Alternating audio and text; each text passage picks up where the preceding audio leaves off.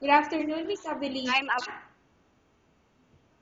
Good afternoon, ma'am. Okay, Miss Avelina, can you tell me about yourself? I'm Avelina Dawan, 37 years old. I live in San Julian, Tabuk City, Kalinga, ma'am. Okay, I have few questions for you to answer, so let's start. Why do you want to work as a maid? I want to support the needs of my family, ma'am, Why you choose Malaysia when there is a lot of other country? because I know Malaysian people are kind and honest, ma'am. How are you qualified for this job? I'm a hardworking person, ma'am. May I know what is your education level is? College graduate, ma'am. What is your recent working experience? Barangay nutrition scholar, ma'am. Okay, so what is your position? Helper, ma'am. Have you worked abroad before? No, ma'am. Do you have experience of taking care of baby? Yes, ma'am. And whose baby or children you are taking care of? My own baby, ma'am. What about elder or older people? Do you have the experience? Grandfather of my husband, ma'am. How old is the grandfather of your husband?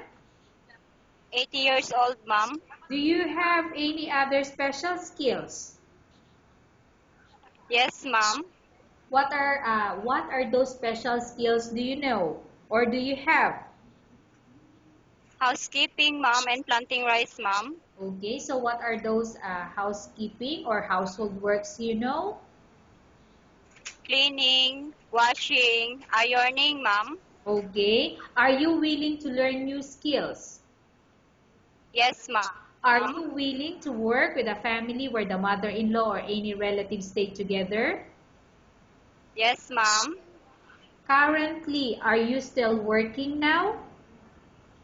No, ma'am. Do you know how to cook? Yes, ma'am. What sort of food can you cook? Filipino food, ma'am. What are those Filipino food that you can cook?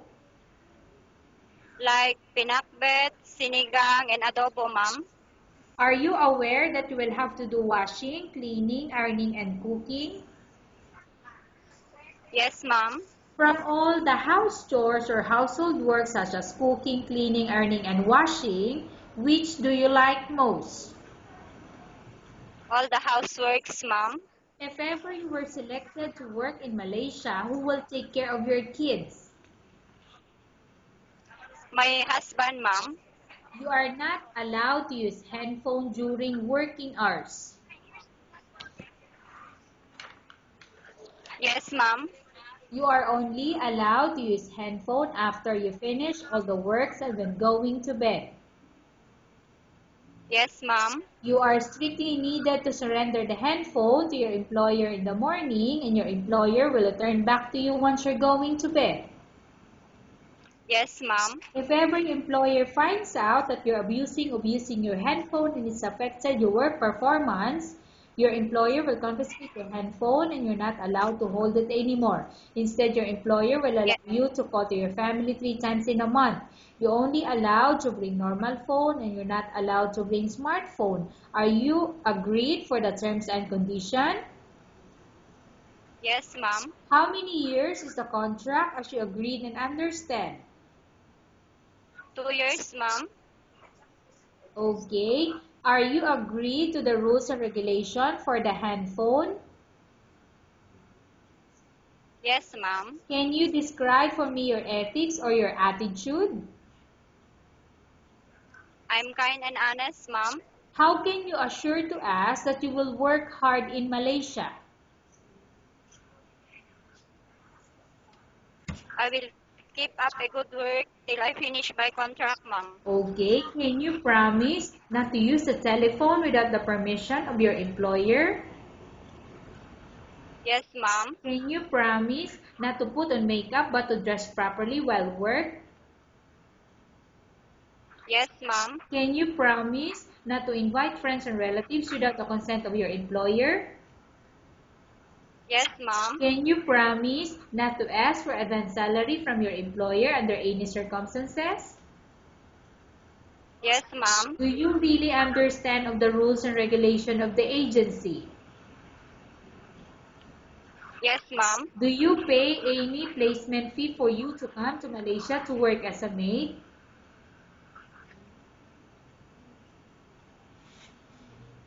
No, ma'am. Do you have any history of sickness, example breast cancer or any other illness? None, ma'am. Do you suffer from any skin diseases, allergy or physical defect? No, ma'am. Have you suffered from any serious illness? No, ma'am. Do you smoke? No, ma'am. Have you undergone any operation or surgery? No, ma'am. Are you medically fit? Yes, ma'am. Are you in any medication? No, ma'am. Are you allergic with any food? No, ma'am. Are you prepared to work for the employer of any race? Yes, ma'am. Are you prepared to eat the type of food taken by your employer? Yes, ma'am. Are you afraid of being left alone in the house? No, ma'am. Are you afraid of dogs or other pets? No, ma'am. Can you promise to work according to instruction from your employer? Yes, ma'am. Do you have any immediate family working in Malaysia?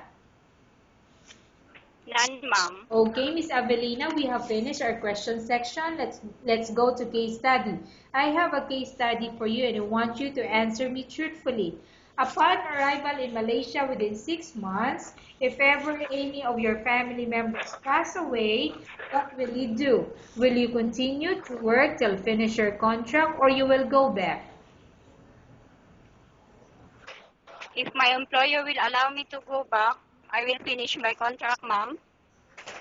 Okay, so what do you mean by that? If the employer will allow you to go back in the Philippines, are you going to go back or you just continue working? I will just continue working, ma'am. Okay. Tell us about yourself and why do you want to work in Malaysia as domestic helper? I'm Avelina Dawan, 37 years old, married to Jeffrey Dawan. I have 3 children, 2 boys and 1 girl, and they are 18, 16, and 12 years old, ma'am. I want to go to work in Malaysia because I support the needs of my family, ma'am. Okay, Miss Avelina, what do you want to tell to your employer who watching your video? Good afternoon, ma'am. Good afternoon, sir. Please help me. I want to work for you. I promise. I'm a hardworking person, ma'am. Okay, thank you very much, Miss Avelina. We will update your agency if there's any selection made by the employer.